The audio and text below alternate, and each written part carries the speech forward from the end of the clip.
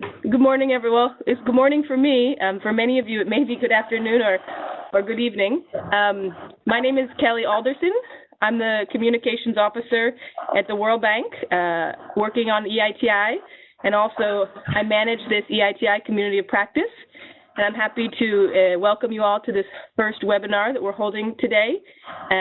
We have many people on the line. I think we have almost 20 people that have called in. So I'm going to start briefly with just a few introductions of our speakers. And then I would like everybody to introduce themselves, just their name and the country they're from, if that's possible. That might be a little chaotic, but I would like to try. So let's go ahead and start. As everybody knows, this webinar is focusing on the selection process and engagement of civil society organizations in EITI. And Diana Casey from Publish What You Pay is going to lead us through a presentation where she focuses on sharing experience from Iraq, Yemen, and Tunisia. I'd like to introduce Diana, as well as two special participants we have on the line that work on these countries. Diana, as I said, she is the coordinator for the Middle East and North Africa for Publish What You Pay. She focuses on Iraq, Yemen, Tunisia, Libya, Jordan, and Lebanon. Again, I just want to make a brief request that everybody put their microphones on mute, and soon I will hand it over to the presenters. And the format of the call, just to go over that, will be introduction of the speakers, introduction of the participants. Then Diana will go over their brief presentation. I would like to ask our panelists for some brief comments, and then we will open it up to everybody in the audience to ask questions. And you can do that in several different ways. You can just ask them, take your microphone off mute and go ahead and ask those questions. You can also email them through the chat function on the bottom right-hand corner of your screen. As you see, it says chat there. It also has a little chat button at the top right-hand corner. So please feel free there to send a chat question to the whole group. Or if you'd like to ask an anonymous question, you don't want to identify yourself, but you'd like to say something, you can also send a chat question individually to Nima, who is the administrator of this webinar. So going back to the introductions, Diana will be doing the presentation. We have on the line Pablo Valverde from the EITI International Secretariat. Can you hear me? Yes. Okay. Pablo Valverde focuses on EITI also in Iraq and Yemen, as well as Afghanistan, and two countries in Latin America, Guatemala and Mexico. And he will share with us his experience from the EITI International Secretariat on those countries. And our other panelist is Morad Belgej, who is our World Bank leader for EITI implementation support in Iraq and Yemen. So given they both have quite a bit of experience in these two countries that Diana is speaking on, I will ask them after her presentation for a few specific comments, and then I will open it up to everyone to ask questions. So with that, and if you have any technical questions throughout this call, please do try to text Nima through the chat function on the webinar, or if you all should have Nima's email through the various invitations he sent you. Please just reply to those emails and ask Nima for help so that he can make sure that you can hear us and see us and participate fully. So with that, I will hand it over to you, Diana, to start the presentation. Thank you so much, Kelly. First of all, I'd like to thank the World Bank for this great opportunity. It's a great working group, the community of practice. It's the right place for us to share all our experiences where it is crucial to share, and hopefully proceed into strengthening our involvement with the EITI and implementation. So not to be late with the presentation, let's start. I'm going, during this 25 minutes, hopefully it will be 25, I'm going to discuss the processes and engagement of civil society organizations on the MSG representation. I would like, and I'm going to share the experiences from Iraq, Yemen, and Tunisia in this process. So I'm going to, let's first of all discuss the outline for this presentation. I'm going to go through giving a brief overview of the EITI and the role of civil society on it. We are then going to move to the MSI study and look at the reasons behind the study, some of the results and the recommendations, especially those pertaining to civil society representation on the multi-stakeholder group. And then after that, we are going to move on to the national level, more specifically to the MENA region, where I'm going to discuss the case of Iraq civil society representation on the EITI, our experience with this representation, and then move on to Yemen, and finally to Tunisia, which, to publish what you pay and NRGI is a candidate, is an outreach country when it comes to preparing civil society to be more involved in the EITI process. Finally, I will leave the floor for the questions and answers. Okay. Let's have a look, first of all, before we start really talking about civil society's role on the EITI, let's have a quick, brief overview of the EITI and its history in general. So let's step back in time to the year of 2001. It's an interesting year because BP at that time had responded to, Publish What You Pay's campaign. Back then, the campaigners were Global Witness, Human Rights, Oxfam, Revenue Watch, which was a program at that time. And they published the signature bonuses, and they amounted at that time to $11 million paid to the Angolan government as one of an offshore license. And this definitely angered the Angolan government at that time. And it was clear through this interaction that if such a publication or publications were to continue as BP had promised then, they had to be made through a unilateral approach, an approach that involves not only the government, but the government, not only the companies, but the government as well. And, all the companies operating in that country. In 2003, the UK government, specifically DFID, they convened a meeting of civil society organizations, some representatives of companies and governments, and they agreed to develop a reporting standard. And in that June 2003, the EITI with its 12 principles was born, and this is how it started.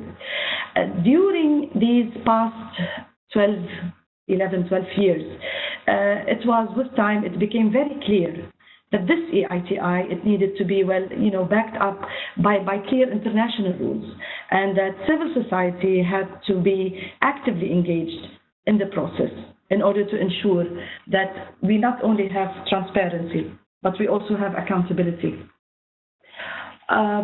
So what we currently have now is the 2013 standard, as we all know, and that is much more comprehensive and contextual in the requirement and demands. More stress definitely is placed on civil society as an independent actor, as a monitor, and also as a key player in implementing the initiative.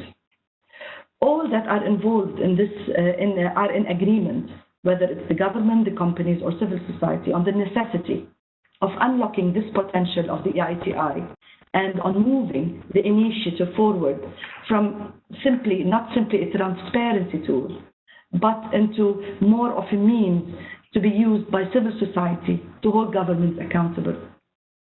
And therefore, the main focus here has to be on empowering civil society, definitely, and on strengthening the role that civil society is going to play in this initiative. And, it is with exactly this attitude and this thought and this spirit in mind that the Publish What You Pay campaigners, they started looking at the role in the EITI. How were they being represented on the MSG? What have they actually achieved through such a representation so far? More simply, and if I can put it in very simple terms, in what ways was civil society benefiting from this initiative? In an initiative such as the EITI, where one constituency needs to claim ownership It is never unhealthy to challenge ourselves with questions related to our performance. It's always very healthy to do that. In an initiative like the EITI, where one constituency, which is civil society, is responsible to carrying it to the next level, i.e. we're talking about meaning using the EITI to hold governments accountable. It is absolutely necessary to study and to critically assess and definitely, ultimately modify this constituency's contribution to the initiative's implementation at the national level, the regional level, and the global level. The MSI, the study that was, recently the results or the recommendations, the findings were released. With its findings and all these recommendations is one way for us, for civil society, to measure its performance on the MSG, and this is how it should be looked at. Therefore, before we proceed to examining the national level civil society representations and talking about Iraq and Yemen and what will hopefully be happening in Tunisia, let's just have a quick look at the MSI, the study, and some of its findings. The study was carried out last year.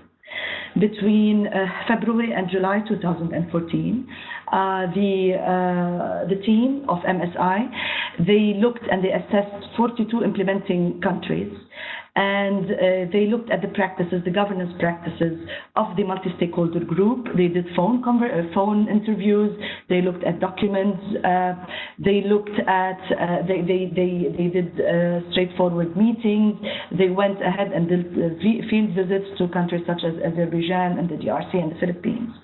And basically, they came out with a set of findings, which I'm going to share with you, and recommendations. The basic focus that I will be putting on now, and I believe this is the core importance of the study, is civil society's engagement at the MSG level, the representation, what was being done, what needed to be done, what was not actually happening, and what needs to be modified in order to have a better representation, a better presence of civil society, and ultimately, enable civil society to use this EITI, this tool, as a proper tool to hold governments accountable and attain sustainable development. So, if we were to look at the core findings, there were plenty. They said that the rules, that, wherever there are rules and they were put in writing, then the process usually proceeded in a good manner. But the norm was that usually the MSG would be formed. There were no strict or written rules, and then each constituency would go ahead and get involved in an unstructured way that usually led to, a general lack of fulfilling the requirements of the EITI in the sense of fulfilling the MSG's role when it comes to MSG's performance. This has proved to be problematic for many stakeholders. The norm was, again, that usually midway along the MSG's life, some bylaws would be written, and then, some amendments would be carried to ensure that the process was being held in a good and in a productive way. But the general finding was that there were problems when it came to the governance structure of the MSG and their performance. There was usually when the MSI, the team tried to look at the minutes, few MSGs had their minutes published, most of them didn't, and then there was no way for the greater constituencies to know what was actually going on in the meetings. And there were definitely concerns regarding the selection process of civil society. It wasn't always clear. There was a lot of give and take when it came to the election process. The understanding of how it should be going was not clear, and therefore this resulted in representatives not always representative of the greater constituency. And regarding transparency, we had very few MSGs publicly or publicizing the dates of their upcoming meetings. And this in itself created problems when it comes to the greater constituency being represented, such as the civil society, to contributing, their thoughts and input on how the meeting would result or what would be discussed in the meeting. And this proved to be especially problematic when it came to placing the terms of reference for the report itself. So these are some of the findings, and definitely there were some issues regarding the logistics and the participations. The participation regarding the number of absences that were allowed, regarding the place, as far as the per diems that were allowed, a lot of technical stuff that could have been easily resolved had there been, a set of written bylaws or rules to mitigate and to lead this whole process in the first place. But what was agreed upon in the MSI report was that this is a learning process. It's a learning curve, and that the multi-stakeholder group, in order for it to improve its performance, had to look at these core findings and had to modify accordingly. So if we're to look at the recommendations here, there were a lot of recommendations regarding the minutes. They had to be made public. The websites had to be, of course, invigorized. There had to be more gender diversity. The finding, MSI went as far as recommending that there has to be, assigned within the bylaws of the MSG, one place for women, for gender, for female. The issue of having alternates in order to make sure that there are absolutely no severe absences when it comes to constituencies being represented. So this was also, also recommended. Reps also, the representatives of the constituencies, it was highly recommended that they establish processes that ensure, liaising with the constituency they represented. A major finding, and it's of great concern to civil society, was that it was found that civil society representatives did not, most of the time, send this information or go back with the information that was, or all that was the discussion, the topics discussed during the MSG, the meeting, back to their greater constituency for consultation. So they were acting more so not as representatives but as independent persons being there representing only themselves. And this definitely goes against the spirit of having a multi-stakeholder group.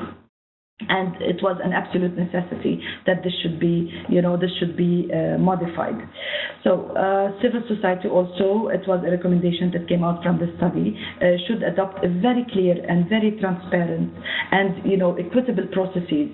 They have to be clear-cut, they have to be written, and that these processes should ensure definitely proper representation on the MSG. A lot of those who were a huge number of civil society reps that were interviewed by the multi-state, by MSI team, they said that, we are not satisfied with our representation, with our representatives. We don't believe they are qualified. Simply because they are not relating information to us. There were question marks regarding how they reached there. And whenever the bylaws or what was written were consulted, the MSI went back and the team, and they looked at them, they saw that there were no exactly clear-cut rules or regulations written to sort of put this, to have that process transparently spelled out. So where there is ambiguity, there is usually, doubt, and there are questions arising. So in order to remove such ambiguity, it was recommended that these, bylaws or rules be written and set out in a very clear-cut fashion by the constitution, by the civil society constituency.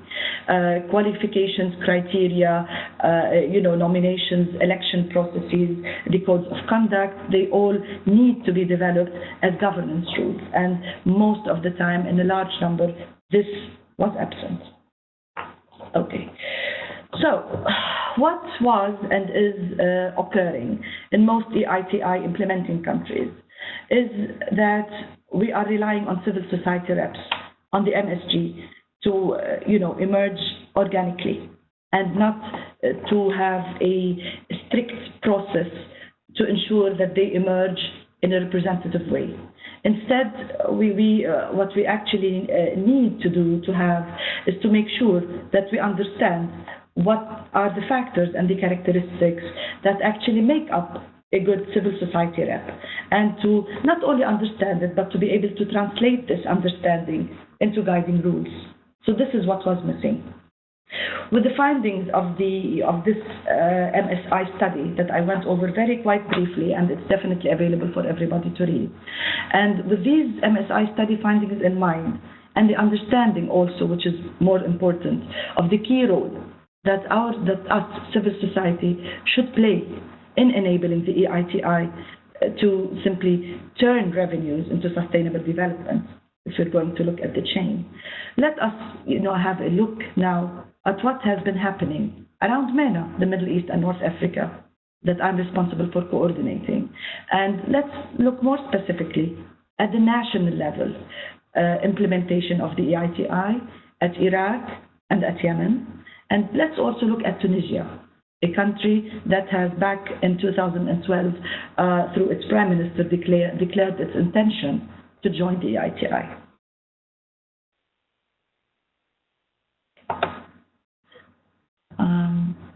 Okay, I need to turn for some reason it's not changing. Excuse me for a second.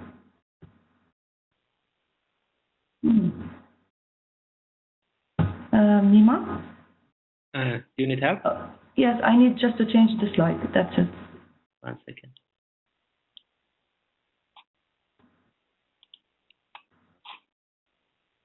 Technical problem, sorry.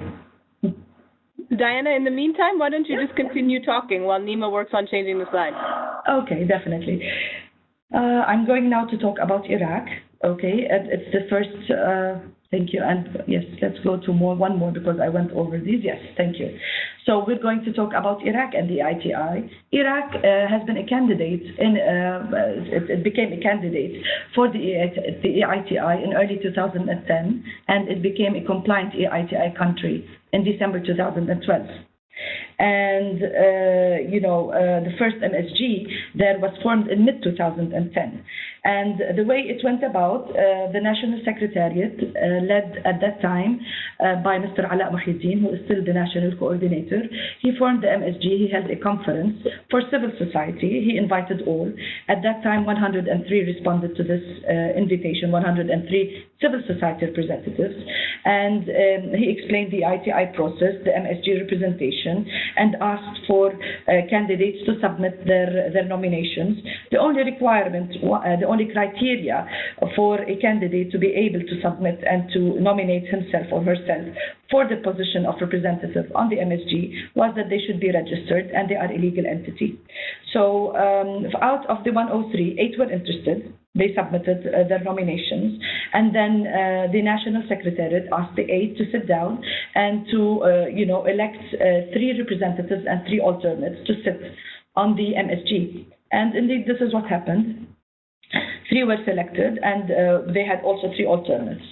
By 2012, and after issuing several reports, it was clear to the and at that time, of course, awareness was being raised through the excellent and earnest efforts of NRGI, Revenue Watch Institute at that time, and Publish What You Pay, regarding the importance of EITI and the involvement of civil society. And there was a coalition that was created at that time, a Publish What You Pay affiliated coalition.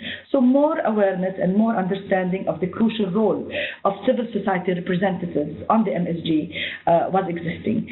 And with this understanding came the realization that there were simply no channels of communication held between very, very few channels of communication held between the civil society reps on the MSG and the actual civil society. More needed to be done, and by 2012 civil society was really unhappy with the representatives because of this lack of channel of communication, and it was anyway time for re-elections of the multi-stakeholder group. The civil society coalition at that time, they communicated their intention and their wanting to have the re-elections done to the National Secretariat and to the International Secretariat of the EITI, which responded in a very positive manner. And, it was decided that it was time for re-elections of the MSG. And in November 2012, around 115 civil society organizations, they met and they decided that they needed to have a set criteria for proper civil society representation on the Iraqi MSG, which was at that time, it wasn't existing.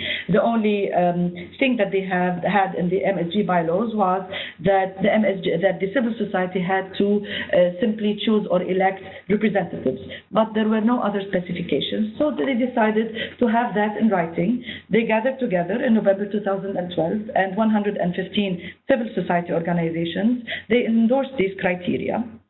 They set them out and they placed a plan for the election process to happen. Among the criteria, by the way, that they set were they were contextual ones, for example, and those took into consideration an added place. They asked for an added place for a representative for the Kurdistan regional government, the KRG. Civil society, I mean. And this raised the civil society reps number on the MSG, Iraqi MSG, to 4. And now the total number, by the way, is 22. They have 22 members of the multi-stakeholder group. And they also added one place for females. The election process was detailed, and it was added by writing to the now amended bylaws of the multi-stakeholder group. It's in writing. An election oversight committee was formed to overlook the election process. And this committee, it included representatives of civil society, the National EITI Secretariat, as just monitoring, and independent judges, by the way, from the legal body. Regarding the role of the EITI and Publish What You Pay International Secretariat, we were asked to act as facilitators, or to simply overlook, to oversee the process, the whole process. For example, we approached the National EITI coordinator when he was in Beirut, and we asked for their financial support if they can help in the election day, because in order for civil society to come over for a great election day, a big one, from all over the 18 provinces in Iraq, they had to be logistically, funded for their travel, to pay the internal travel, transportation. And the National Secretariat agreed to that. And this really, we believe that it contributed hugely to the success and the partaking in the elections by civil society. They needed to go to Baghdad. Of course, they were supposed to go to Baghdad where the elections were held. So on November 15th of 2014, it took a whole year to get the process going.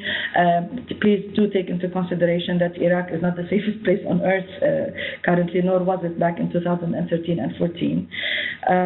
So in November 2014, between 500 to 600 participants, they showed up. They represented nearly 400 civil society organizations from all over the Iraq. They met, and for 10 hours, discussions and election process took place, and eventually 4 representatives were elected. Currently, the current MSG, they have members, the representatives, they have attended already, and I'm sure Mr. Murad will tell us more about it, because I know that he was also present in one of the new MSG meetings, the newly elected MSG meeting. They attended a meeting, and they are well on their way in trying to influence the terms of reference for the next report. The first thing that the representatives of civil society, and this is, you can put it under the corner of lessons learned, was that they worked on their communication with their greater constituency.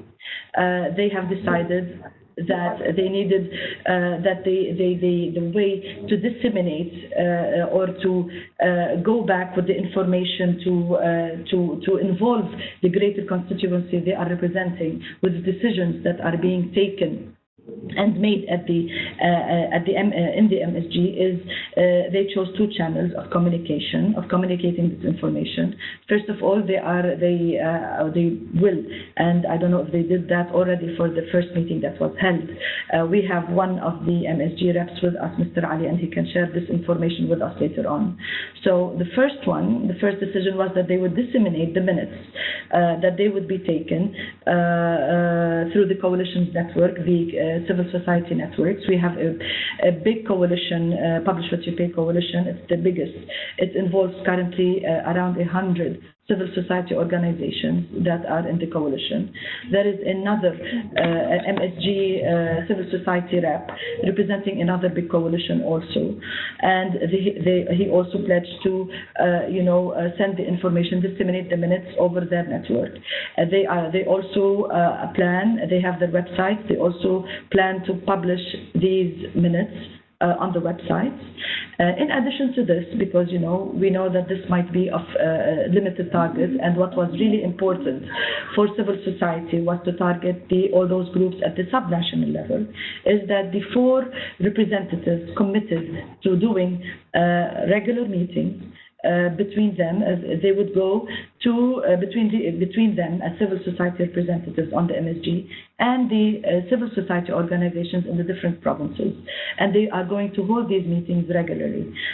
So far, the reps are sustaining these, the financial burdens of these trips to the provinces, but it is something that they have pledged to do. So this is regarding Iraq and the Eiti. This is their experience. If we want to move on to Yemen, and I'm keenly aware of the time, we have the MSG. Yemen, by the way, is the first country, the Arab country, to join the EITI. And the MSG there was formed back in 2007, in mid-2007. And Yemen became an EITI candidate country at that time. And then they became compliant in 2011. Their current status, unfortunately, is suspended, and it is due to the security situation that they are having there. Civil society elections for the MSG. Well, there was definitely at the beginning a direct supervision of the Ministry of Social Affairs to hold these elections. There are a lot of give and take regarding how the elections were held. The representatives that were elected at that time are still presiding on the MSG. They have not been able to run another election process for many reasons. Some of them definitely have to do with the security situation. Other reasons have to do to the disagreement that is currently, for some time has been going on between civil society itself on the representation and the mechanics and the mechanism for, choosing this representative. There was in 2012. There was a government decree issued establishing the multi-stakeholder group. And in this government decree, the reps for civil society were stated that they should be chosen from the members that form the Transparency Coalition for the Extractive Industry. It's the Publish What You Pay affiliated coalition there.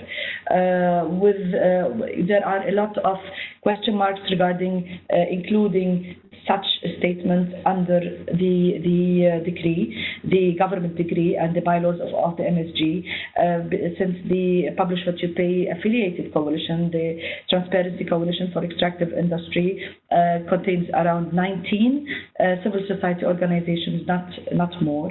And since 2012 until now, another coalition emerged. It decided to have the same name, and this proved to be problematic regarding this decree itself.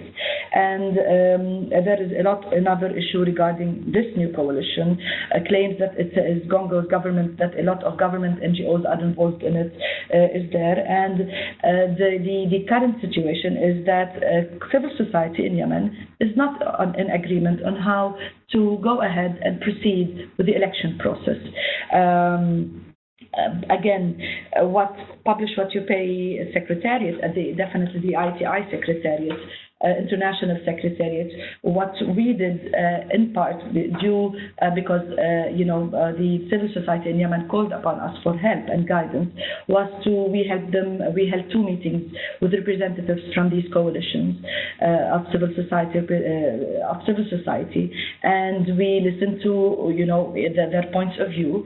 We all met in Beirut. Pablo and I were present there, and we definitely shared Iraq's experience with them. And after a lot of give and take and 2 meetings with a lot of Panadol taken between me and Pablo, we reached some kind of an understanding, and there's an understanding that was reached between civil society in Yemen. And it was, first of all, they agreed to have a call for a greater civil society meeting, very similar to the one that was held in Iraq.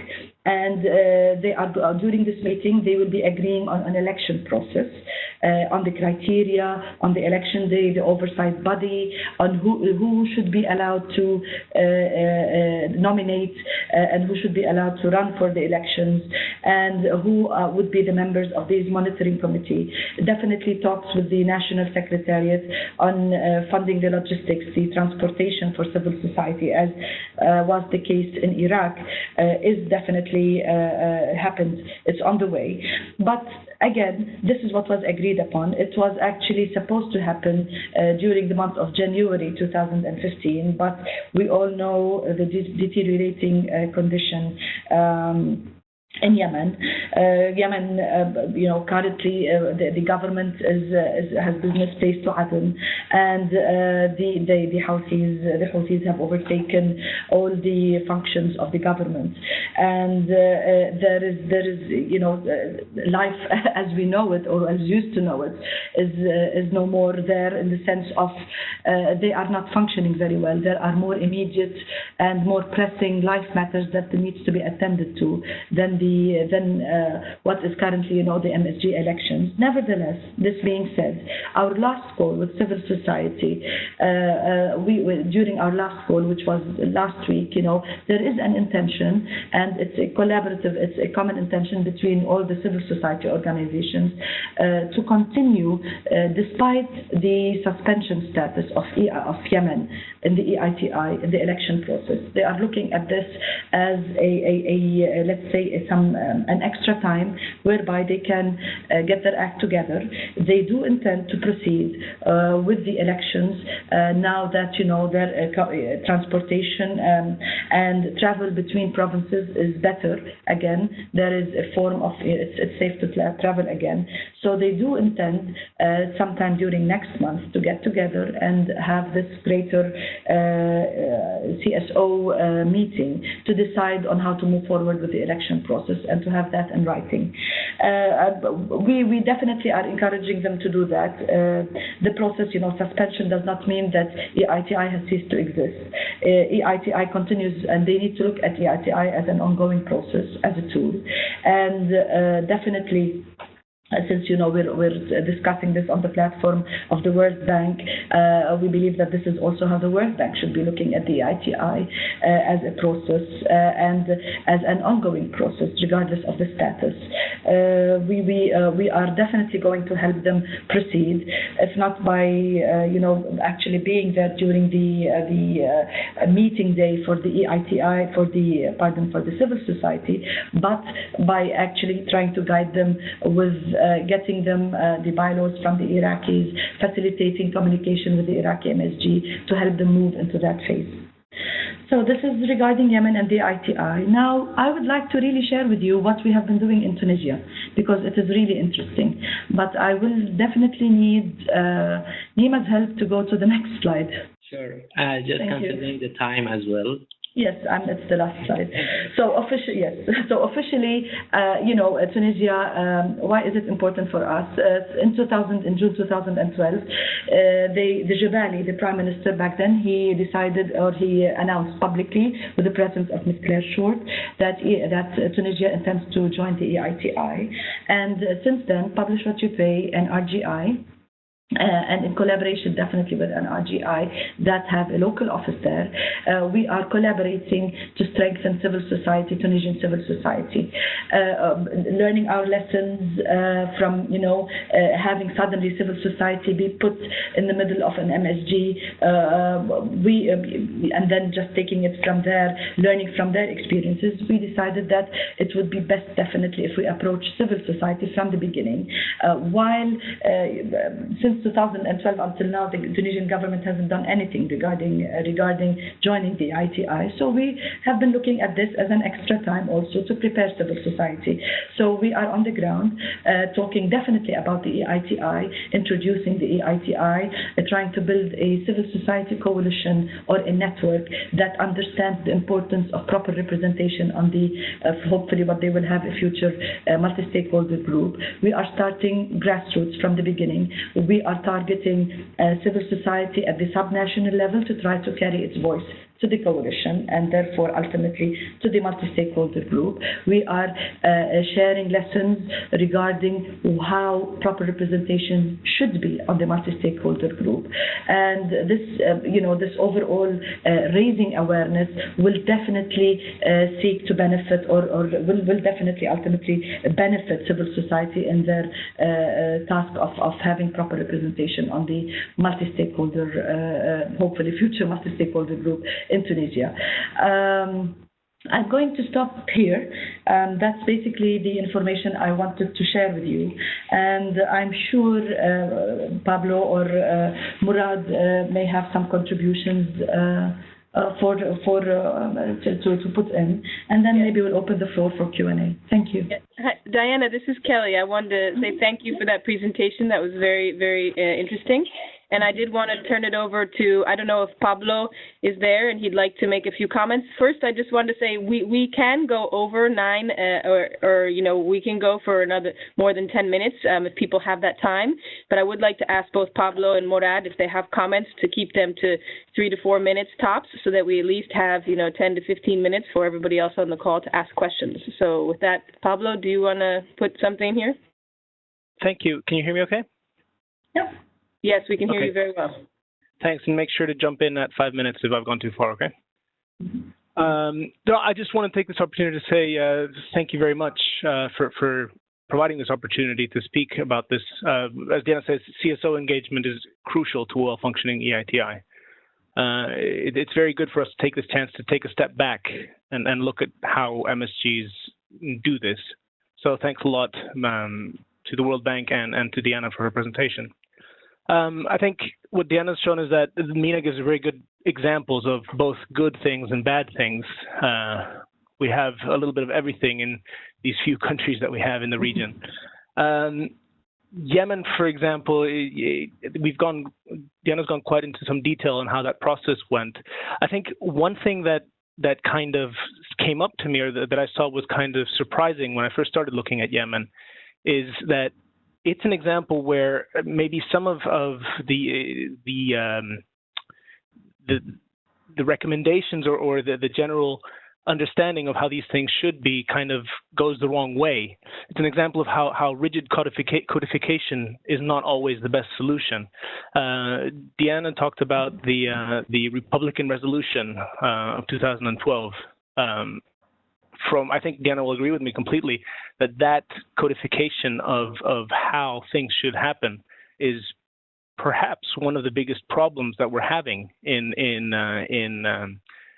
refreshing the EITI in the civil society constituency in the MSG. So I guess the lesson learned from there is that there is a danger, a real danger of over-institutionalizing some bodies that are ultimately just conduits for, or platforms for debate.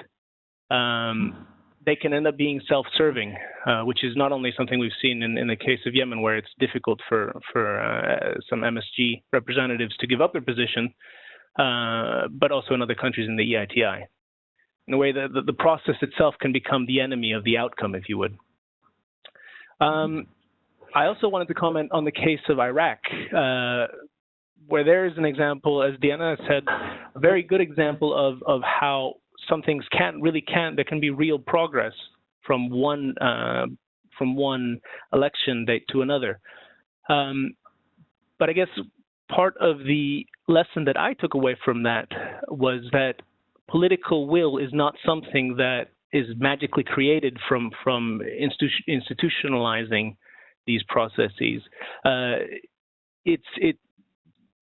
Political will, as Diana pointed out, could be very crucial for some of these processes to refresh themselves, and that was the case, as we saw when the national coordinator agreed to take part and help this process move forward. But it's not something that you can force from the outside. It has to come from within these countries themselves.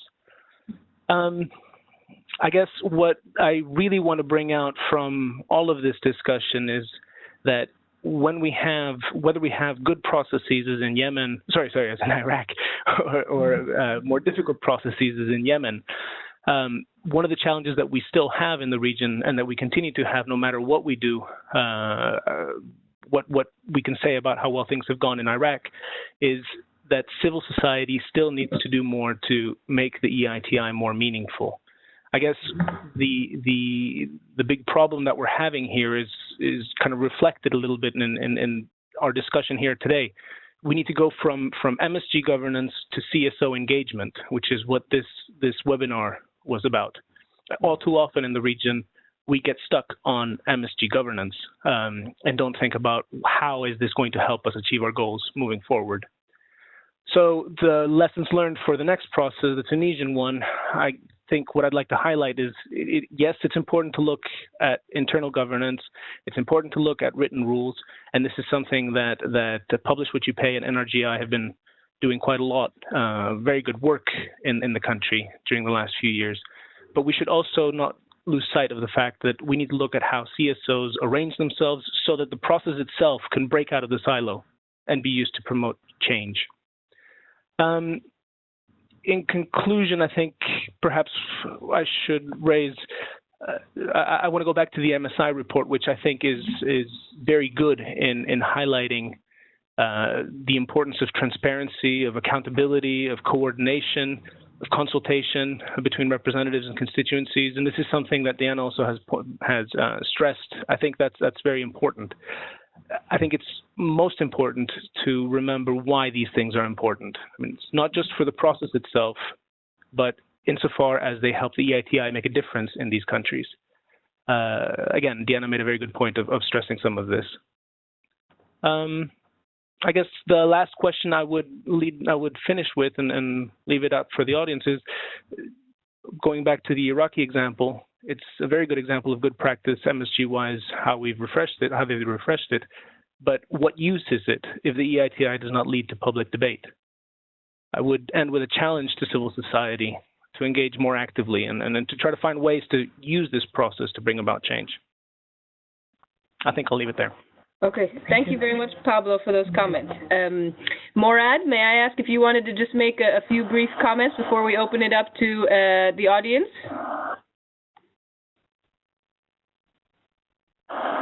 Morad, are you there? Hello, can you hear me? Hi, I can hear you, yes. Okay. I hear you, Morad. Please go ahead and give us a few comments before we open it up to the audience. Thank you. Sure.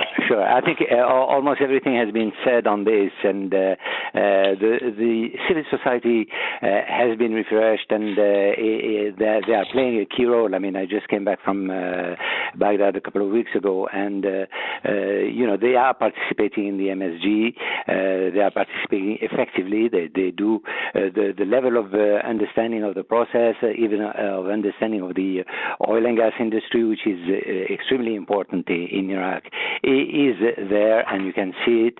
And I think what we should insist on, perhaps, is what we can do in terms of capacity building and training of the CSO representatives, so they really understand what their mission is, because it seems to be designed or cut from one country to the other according to what they have in terms of personal knowledge and experience and what they have have learned through, the attendance to the different MSG meetings and other meetings.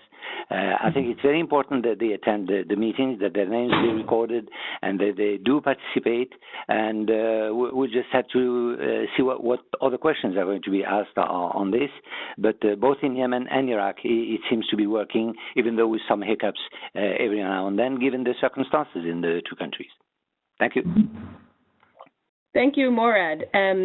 Now, can I ask participants, please do jump in. Hopefully not everybody at once. We try to go one at a time. And you can also text your questions on the chat function on the top right-hand of your screen if you're having microphone problems.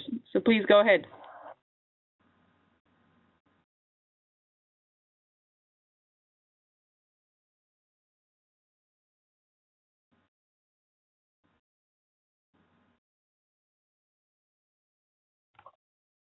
Well, we have over 30 people on the phone, so I'm surprised that nobody nobody to jump in and say anything. Let me. Kelly, this is the money. Hello, can you hear me? Yes, we can hear you. Please go ahead. Yeah, okay. This is the money from Tanzania, MSG, a representative for civil society. Thank you, Diana, for the presentation and follow-up comments by Pablo and Morad. I think this participation of civil society is important, as you all said. But I think we are kind of getting ourselves in a quagmire here, because it seems like we are interested in institutionalizing and formalizing the process of civil society engagement. Despite having different levels of, different levels of development for civil society in different countries. The experience in Iraq is totally different from experience in Tanzania, which is a totally new country in terms of extractive sector engagement. Our process is very similar. I mean, I think we learned a lot maybe from the previous candidates in the Eiti process. But I think it's really important just to understand how civil society is organizing in different countries, and in relation to governance and accountability and transparency, because that's where the background, most of the organizations are coming from. So it is, yes, it is important to work towards having integrity of participation, quality of participation of civil society, but it's also important to understand in a different context where we operate. I think that should be key, rather than trying to stream, having a standardized or, a common approach to all. But I'm also seeing a challenge of resources, because even in Iraq, we're talking about people participating, but they had been supported. It's equally challenging in my country. And I think it's also important to look at what kind of support is there for civil society. Are we assuming that civil society is already organized and they have the capacity in terms of material and financial resources to participate, and the representative are not doing that just because they had personal reasons and personal interest for that. So I think there is also need to have a discussion about how EITI is financed and how independent are civil society based on resources allocated and the systems, support systems given to them. Thank you.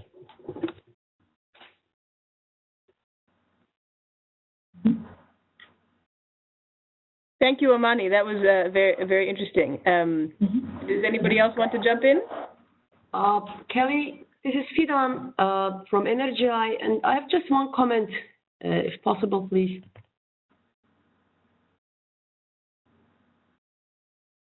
Can you hear me? Yes, please go ahead. Okay. Yeah, yes, I mean, thank you. Go ahead. We were talking about civil society engagement problems in MSG, etc. But I guess lots depends on the relationship between civil society and companies and civil society and government. And once civil society is accepted and accepted equally and respected, there could be a real MSG process rather than in words and having just a formal process. So this is very important thing. And, as mentioned before, yes, independent financing is on one hand, but on the other hand, the situation of the civil society and the status of the civil society in country is also very important here. Thank you, by the way, very much, very interesting, and thanks, Diana, for the presentation. Thank you.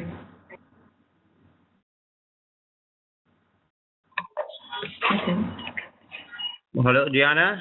Yes. ممكن ترجمين تحدث؟ Okay. Ali has asked me to translate his question, and I will be glad to do that. Okay? تفضل علي.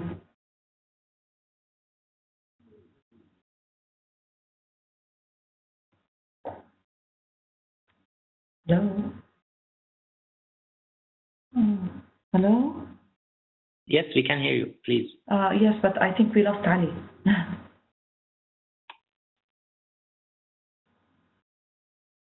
Right? Well, I no longer see him or hear him.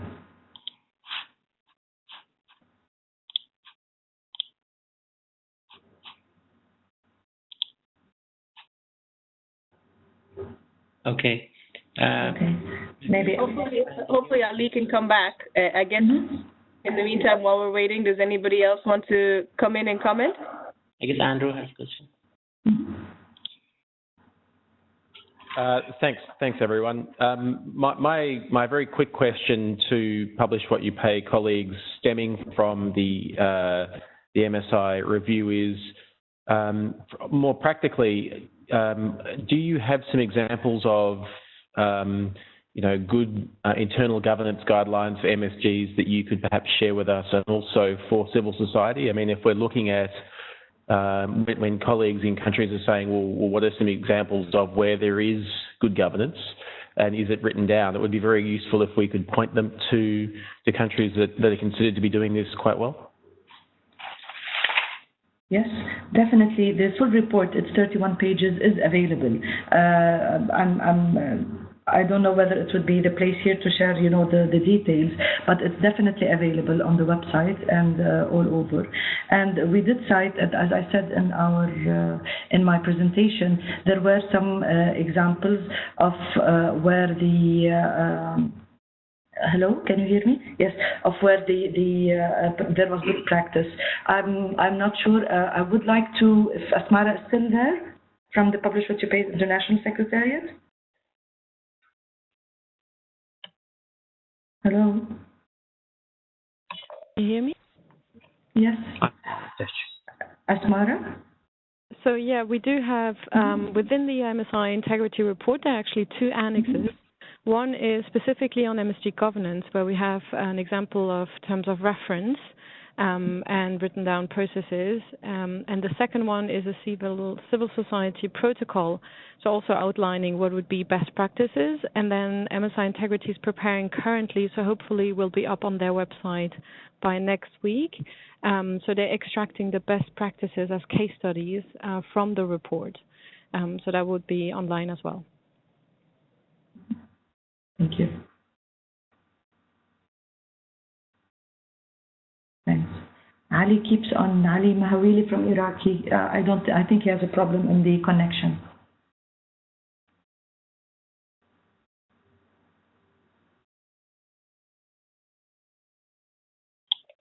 Can you ask him to write the question for you in the chat box? Yes, definitely. Okay.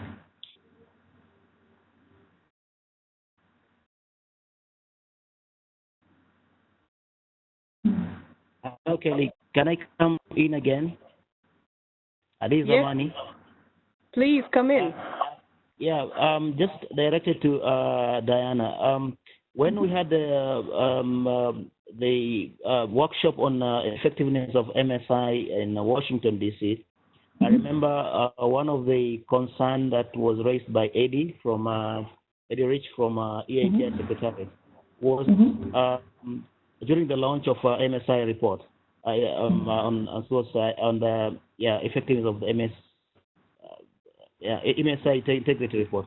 There was a question about when EATI process starts in a country, do we focus on reporting first, or we focus on building institutions and constituencies?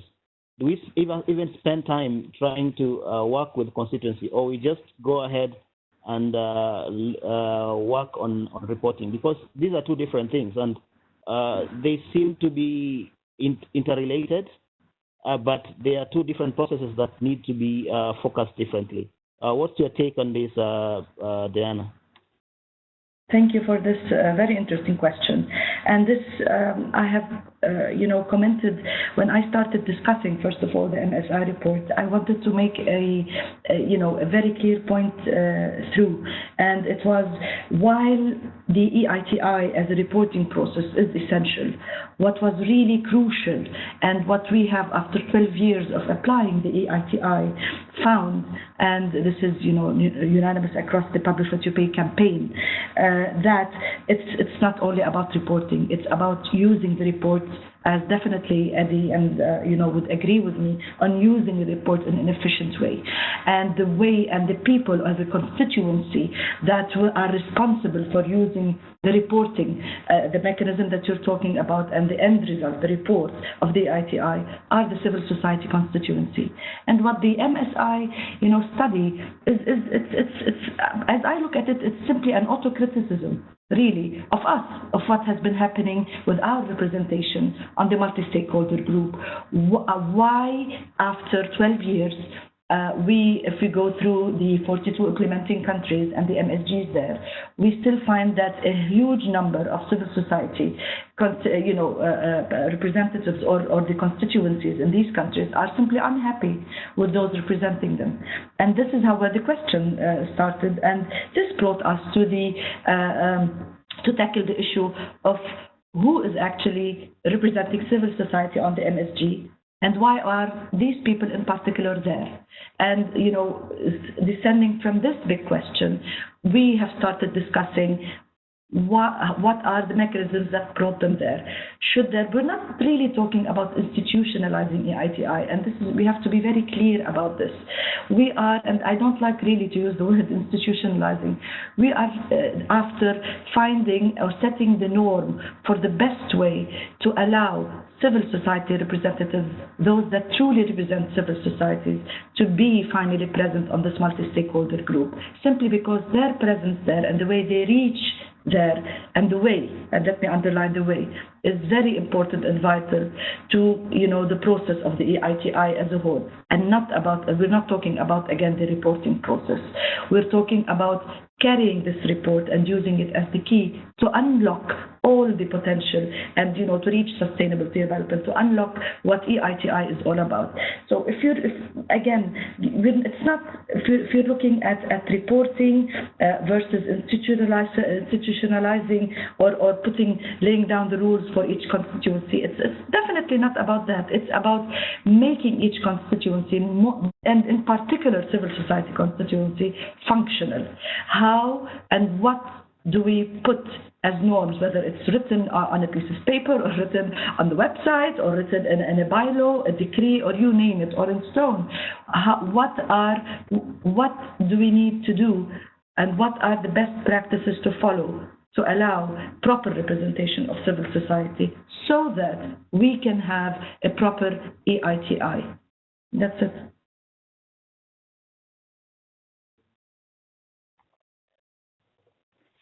Thank you, Diana. Thank you. I wonder, was Ali ever able to text you his question?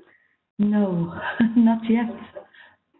Because I see that he's back online right now. You can't see his video, but he should be back online. Okay, علي ممكن تسأل السؤال وأنا ترجم لك إيه؟ اوكي، لا انا عندي مداخله وهي اضافه الى سؤال. يلا تفضل. اريد اشير باضافه الى ما شرتي انه المجتمع المدني في العراق لم يكن طريقه سهل حتى يوصل الى نوع من الاستيعاب او نوع من الضغط من اجل تغيير مجلس اصحاب مصلحه. اوكي علي Yeah, Ali is saying he wants to say comment rather than a question. He says that he would like to stress the fact that civil society in Iraq, it wasn't an easy path for him to reach the understanding of what his role is actually and how important his role is on the multi-stakeholder group. لكن هي كانت 4 سنوات يعني من التحرك على مستوى المحافظات العراق 17 بشكل كبير، والتواصل مع المجتمع المدني الأوسع من أجل تغيير ممثليه في مجلس أصحاب مصلحة بما يتلائم مع تطلعات المجتمع المدني. It took from them 4 years of reaching out as civil society to the organizations and associations at the subnational level to make them understand how important it would be for their contribution or for them to partake and be part of the process of the EITI and ultimately representation on the MSG. هنا ما يفوتنا أن نذكر أنه الجهود الكبيرة لبوبلش وتيوبي ولمعهد رصد الإيرادات في دعم التحالف وبناء قدرات، في دعم المجتمع المدني وبناء القدرات في مجال مبادرة الشفافية ودور المجتمع المدني. We really have here to mention the huge efforts of Revenue Watch at that time and RGI currently and Publish What You Pay Secretariat in building the capacities and raising the awareness around the importance of the EITI to be carried out at the national level. الحقيقة المجتمع المدني نجح أن تكون انتخابات وانتخابات واسعة على ما نعتقد أوسع انتخابات للمجتمع المدني في مجال مبادرة الشفافية على العالم. Okay, it's true that the civil society in Iraq successfully managed to have the elections, one of the hugest, biggest elections at the national level when it came to the multi-stakeholder group. لكن التحدي الأكبر أمام المجتمع المدني وخاصة ممثلين في مجلس أصحاب مصلحة حاليا. But the greatest challenge for civil society representatives on the MSG هو أنه الأوضاع في العراق صعبة جدا. is actually the security situation in Iraq. It is really hard. لذلك أنه التحدي والوقوف أمام جهات حكومية متنفذة وتتعامل بمئات المليارات من الدولارات. Okay, therefore, standing in or facing government officials and government bodies that are dealing with millions of dollars when it comes to this sector. قد يكون فيه الكثير من الخطورة على الأشخاص في هذه الأماكن. Might prove to be unsafe for those that are from civil society that are dealing and being involved in this aspect. لذلك نحن نتمنى أو نسأل المبادرة الدولية والمجتمع الدولي أن يوضح دور المجتمع المدني بشكل أكبر للمتنفذين في مجلس أصحاب المصلحة. That's why we are calling upon the EITI International Secretariat and all the international bodies to try to explain or to help us explain the role of civil society more to all the government officials that are involved in this process. حسب تصورنا أنه رغم مرور أكثر من 4 سنوات على عمر المبادرة في العراق. Okay, because as we see it, despite the fact that more than 4 years have passed since the Iraq joined the EITI, لا زالت الجهات الحكومية في العراق تنظر للمجتمع المدني على أنه الحلقة الأضعف في المبادرة. The government constituency, the Iraqi government constituency in the EITI process still look upon the civil society as the weakest link in the whole process. فبالتالي وجود ممثلين حقيقيين ويدافعون بقوة عن واقع المجتمع المدني ودوره في المبادرة. That's why the presence of representatives, strong representatives of civil society in the EITI, in the process, EITI process. بالتأكيد سيتقاطع مع هذه الأفكار. Will definitely be in direct conflict with these ideas, the government ideas. لذلك أنا أسأل مدى إمكانية إجراء تدريبات مشتركة بشكل أوسع من مجلس أصحاب مصلحة بين المجتمع المدني وممثلين حكوميين في مجلس أصحاب مصلحة. Okay, that's why I'm asking if it would be possible to have, greater or building capacity building workshops that would involve civil society and government officials together. يعني المجتمع المدني الأوسع من مجلس أصحاب مصلحة هو الهدف من المبادرة. Okay, let's not forget that the greater civil society is the ultimate goal and not simply the representatives on the MSG. لذلك علينا أن نولي هذا الجانب من التدريب بشكل أكبر. That's why we have to take into consideration this part of the capacity building. We have to give it greater consideration. بالمقابل أوجه سؤالي إلى المبادرة الدولية. Now I would like to ask the EITI Secretariat a question. أنهم عليهم يتوجب عليهم أنه مساعدة المجتمع المدني. Okay, I would like to ask them to help civil society بشكل أكبر in a greater fashion مما هو موجود الآن. from what they are doing now. والسؤال هو هل أن ما جاء في معايير المبادرة بأن المبادرة هي هدفها الوصول إلى إنعاش المجتمعات أم عكس ذلك؟ ما فهمت. Can you repeat please? ممكن تعيد please.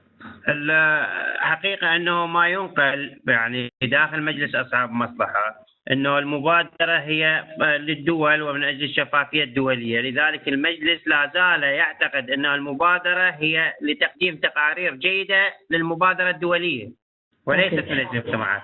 Okay, there is a current understanding in the Iraqi MSG that the goal of the MSG is to present reports to the International Secretariat, so they are up to the standard and in accordance with the requirements. And this is the ultimate goal, and the ultimate goal is not to have these reports used by Iraq itself, by civil society. Yeah. هذا الموضوع يعني بشكل مباشر طرح في الاجتماع الأخير. This subject was directly approached during the last MSG meeting. علينا أن نصدر تقارير جيدة للمبادرة الدولية. It was explicitly stated that good reports have to be issued to the International Secretariat of the ITI. شكرا لكم أستاذ علي. Okay, thank you. Thank you. I might have well, I think that was a direct question to me, so I think perhaps I should follow it up. Yes. I could not agree with you more in that we need to engage more with civil society in Iraq, and I think this goes to the heart of what I said earlier, namely we need to admit and we need to realize that just because we have a good process for refreshing the MSG doesn't mean that we have a well-functioning civil society constituency in Iraq. We need to take this one step further, and I hope that following this conversation, you and I will pick up the phone and I can practice my Arabic a little bit, because we need, now that you have published your last report, your 2012 report, it's important that we get through the idea that it's not just publishing reports that is the ultimate goal of this, but rather taking it one step further. Definitely. And engaging civil society in the country itself. Definitely. I want to, if I could, I'm seeing a couple of ideas in the comment, in the chat. I really like this comment by Paul Ogwu, that there should be mechanism towards ensuring that countries with best practices mentor other emerging countries to extend the benefits of implementing the EITI. Okay. I think this is something that we have been trying to do a little bit with Iraq and Yemen. Unfortunately, so far, it's always had to go through us or through Publish What You Pay. I hope that we will be able to, in the future, do a lot more country-to-country learning, taking us a little bit out of this. So thanks for the comment, Paul.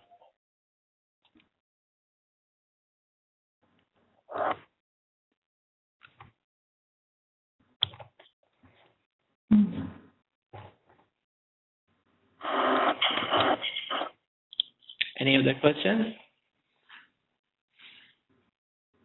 Sorry, did I just disconnect myself? Did you hear me?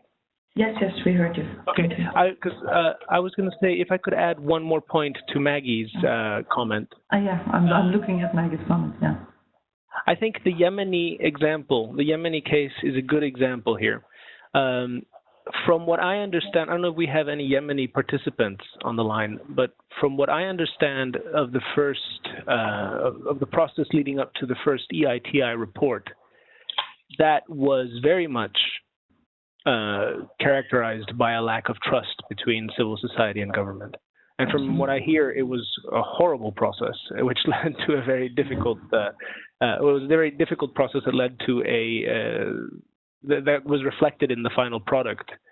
My understanding is that over time, the lack of trust in the MSG has, there's more and more trust among participants in the MSG, and the resulting, I mean, you can see the results in the reports. This is both good and bad. The good part of it is that they have found a way to work together, even though they still discuss quite loudly, of course, but they have found a way to work together.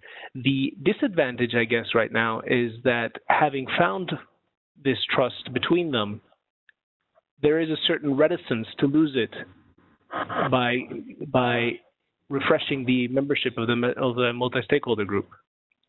That's one thing that I've heard a couple of times, that one of the main reasons why they don't want to do this, why they don't want to give up their positions and don't push for refreshment of the multi-stakeholder group, is having to restart that trust process, which I guess goes back to the original question of how do we break out of the silo so that this is not just trust building among the members of the multi-stakeholder group, but more trust building between society and government.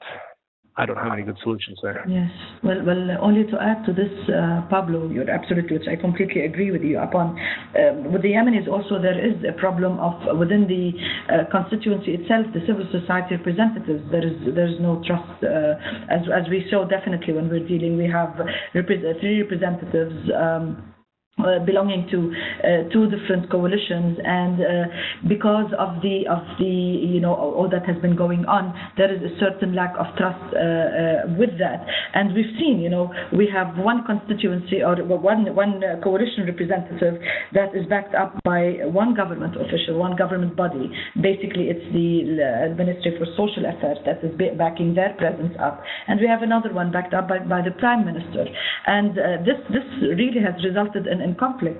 We have, the Publish What You Pay affiliated coalition representative. They have this decree, government decree, backing them up, and we have our own reservations regarding this, of course. And we have the other representative from the other coalition with the Ministry of Social Affairs backing him up with a totally, different set of rules and regulations about how it should be done. And while we pointed out several times when we met with them, the process has to be independent. They have to reach that understanding. I think that's the crucial. This is the essence of it all. Once they, as a civil society, agree and understand fully what it means and what the process should be all about, forget about institutionalizing it, forget about writing it down in laws. But this constituency has to understand clearly, crystal clear, what the whole process entails and what should and shouldn't be done, according to the ITI regulations. I think this is what is important. Thank you, Diana. Kelly, and Pablo. Kelly? Yes. These are money. Okay, please go ahead.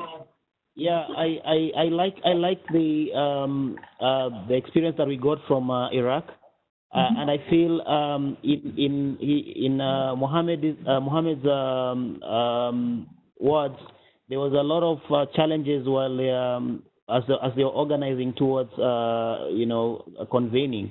It took them 4 years. I think it's important to just document those challenges, because these are the key lessons that we should learn. I mean, at the end of the day, we had the 400 people meeting, 500 or some from 400 civil society organizations. But what actually was the challenge? These are the lessons, and these are quite important for civil society to learn from each other and also to be able to document, because this is where we can get the resolve and the energy to work around them. I agree, definitely.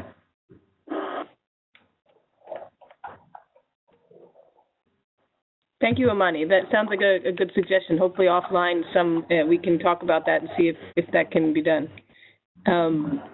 Thank you. Kelly, here's a quick comment from Vanita from Trinidad and Tobago as well, if anybody would like to. I was hoping to pick that one up. Okay, please go ahead. If you could repeat a little bit of it, because I'm not sure if everybody on the phone. I actually couldn't see the comments for a few minutes there as well, which is why I hadn't picked them up. But I'm seeing them now. If you could just summarize it so everybody understands, that would be great.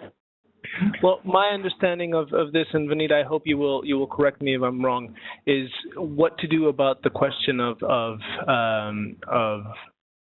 different constituencies and different participants in MSGs having their own agendas, and how that can affect their participation in multi-stakeholder groups and their engagement with them. I think one thing that goes back to the trust question, and that I always try to raise when these issues come up, is multi-stakeholder initiatives and multi-stakeholder groups are supposed to have, the reason why they have people from different constituencies there is so that the different agendas do come through.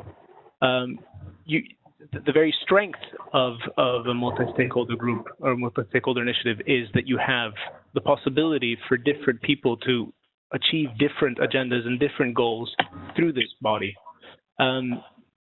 Nobody would be surprised if a company were to act like a company and for its own best interests, and that its interests would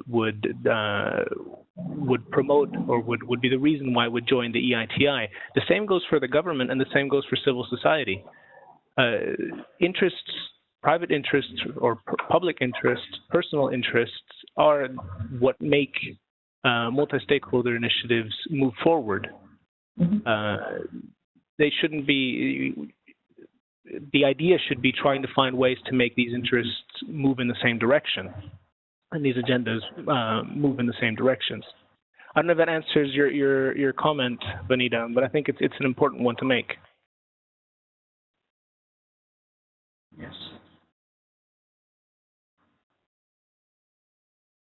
And just to finish off on what she what's written there is, I think the key is more training workshops and engagement with these groups on an individual basis or in groups. The Trinidad and Tobago EITI Secretary does disseminate data, but there can possibly be more training workshops or seminars through the EITI Secretariat. I think it'd be hard for us to disagree. There can always be more we could be doing. Okay, great. Thank you so much. I think that was Sherwin, as well as maybe Vanita from Trinidad and Tobago, and Pablo's response. I don't know if anybody else has any comments or questions. We are about a half an hour over our original time for ending the call. I think that's fine. I'm sure some people have fallen off the call as they have other commitments, but I'm glad that many of you have such interest in it, wanted to stay on and discuss more. If there is anybody else who would like to make a comment or a question, please do so, or we would probably try to reach some conclusions and call it a day.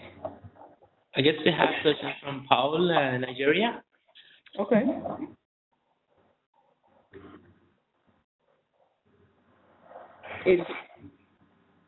Paul, can you hear us? Yes.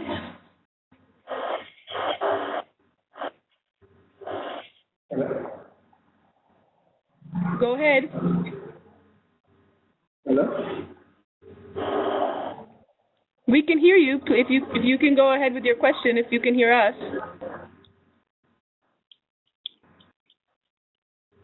Hello?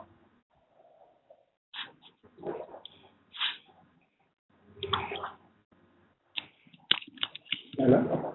Nima, I think the person from Nigeria might be having some issues hearing us. Hello? Paul, you can also type your question.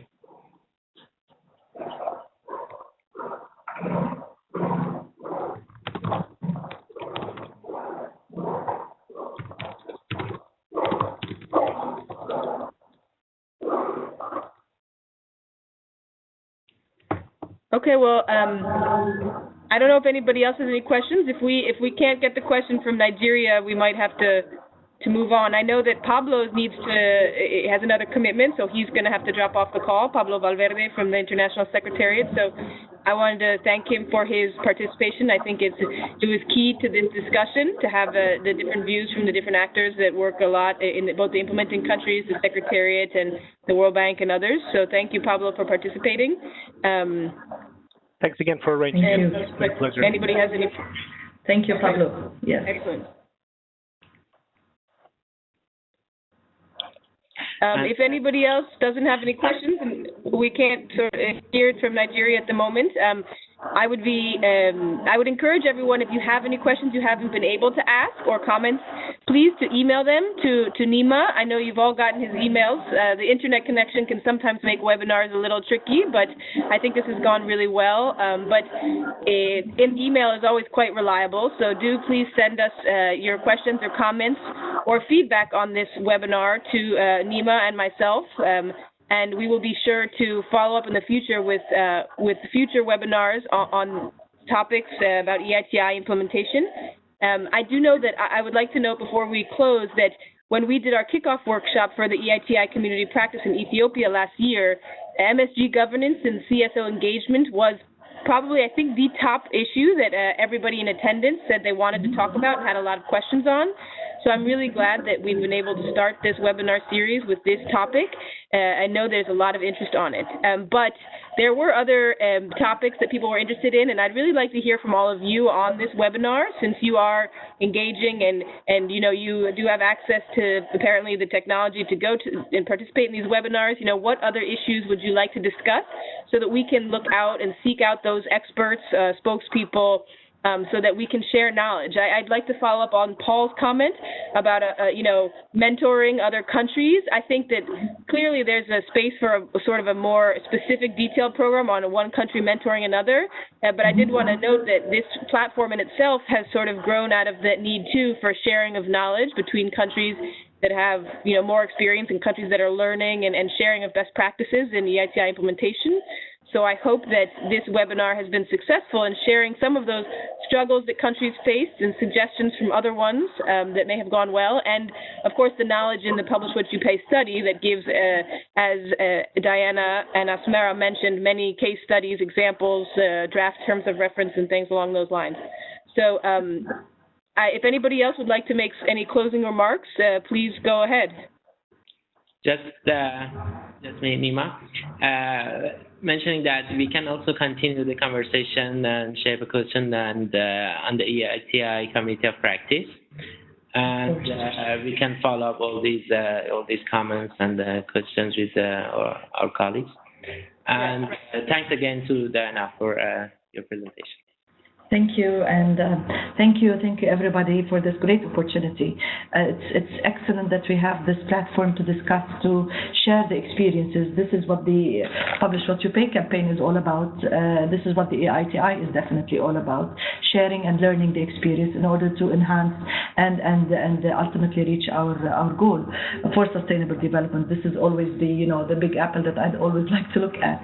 So thank you very much, and I'm definitely going to write a small synopsis of the presentation, and it will be definitely available for the community of practice, and I'll be sharing it on the platform for sure. Thank you. Excellent. Thank you so much, Diana. Thank you.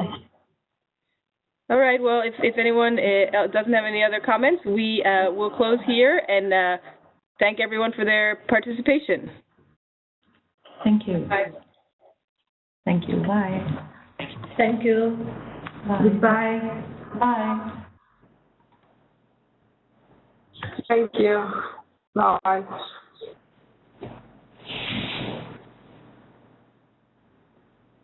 Great talk.